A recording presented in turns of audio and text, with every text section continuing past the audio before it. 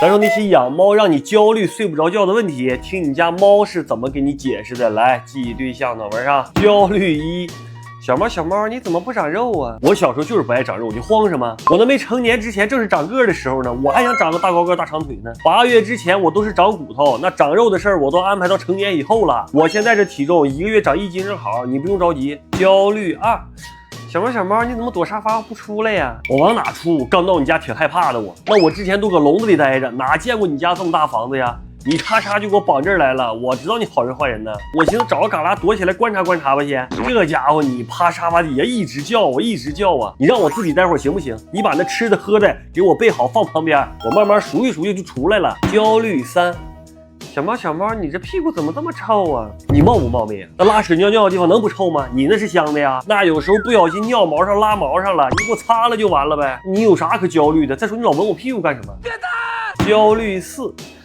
小猫，你怎么不买粑粑呀？你管真宽！我之前搁外头买粑粑是怕别人发现我，怕别人把我吃了，为了把我味儿藏起来。我搁你家也没人追杀我还有啥藏着掖着的呀？我觉着这地方挺安全的，寻思终于不用买了。好家伙，你还不乐意了？焦虑5。小猫，你为啥总挠耳朵呀？你不会有虫了吧？那没虫我就不能挠了。我闲着没事寻思顺手掏2下，这丫可让你看着了，给我一顿折腾，我这后悔呀，那手咋那么欠呢？我就是个习惯动作，那你没事的时候不挠头发呀？我又没挠破，没挠掉毛，你紧张什么？焦虑6。小猫，你醒醒，你怎么老睡觉啊？你烦不烦？你别碰我。我晚上的时候眼神好使，到晚上我就起来了。我那前辈们都是晚上出来捕猎，白天睡觉啊，我们就养成了这个昼伏夜行的习惯。我每天得睡16个多小时呢。我白天睡觉的时候你别扒拉我，你晚上睡着我就起来了，那折腾你睡不着觉的时候你忘了？行，你别睡了。焦虑7。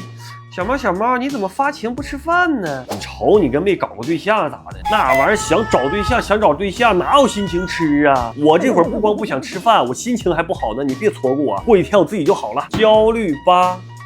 小猫，你怎么一直呼噜呼噜响啊？你是不坏了？你把我电池抠了，我就不响了。你这糊弄谁呢？我那是响吗？我那是高兴。少爷，我心情好了，我才呼噜2声，不是坏了。我要是呼噜的劲儿大了，你听着还好像有痰鼻塞似的呢，那都正常，别给我吃药。我不吃。